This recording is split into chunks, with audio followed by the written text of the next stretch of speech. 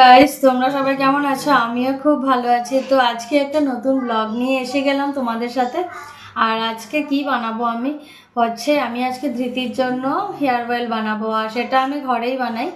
আর ধৃতির জন্য hair oil মানে এই যে নারিকেল তেল আমি দুটো এনেছি, আমি। আর ওর জন্য আজকে বানাবো। প্রথম তো আমি পেঁয়াজ কেটে নিলাম, পেঁয়াজ কাটছি, দেখাবো তোমাদের সাথে।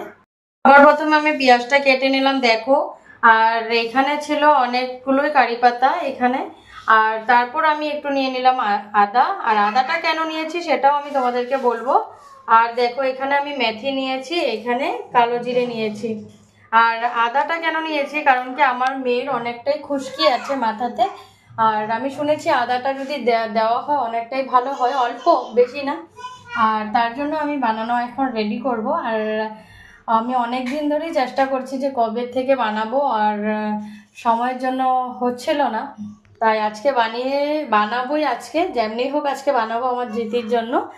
আর হেয়ার অয়েলটা যে বানাবো এটা কিন্তু অনেকটাই ভালো, মানে হেয়ারের গ্রোথ হয় আর অনেকটাই সিল্কি থাকে হেয়ার। তো চলো আমি বানিয়ে নিচ্ছি। আর এটার মধ্যে আমি দিয়ে দেবো এখন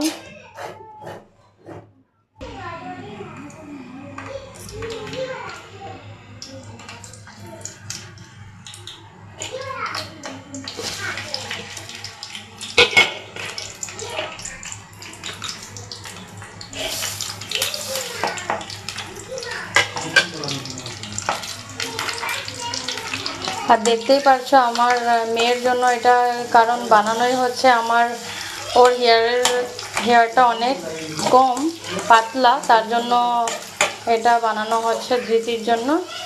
বানিয়ে আমি স্টোর করে রেখে দেব, তারপর দেখো কেমন হচ্ছে। তোমরাও যদি ইউজ করতে পারো তো করো, কারণ কি আমি তো এটা বেস্ট মনে করি, তার জন্য আমি অলওয়েজ বানাই এটা। দেখো কেমন হচ্ছে, তোমরাও যদি ইউজ করতে পারো তো করো, কারণ কি আমি তো এটা বেস্ট মনে করি, তার জন্য আমি অলওয়েজ বানাই এটা। কালারটাই তোমরা দেখতে পাচ্ছ, এটার কালারটা চেঞ্জ হয়েছে। আর এটা আমি বটলটা নিয়েছি, অন্য একটা বোতল, ধৃতির হেয়ার অয়েলের বোতল নিয়েছি। আর কেমন আছে তোমরা বলবে। আর যদি ভালো লাগে তোমরা লাইক অ্যান্ড শেয়ার করে দেবে। তো গুড নাইট, বাই বাই।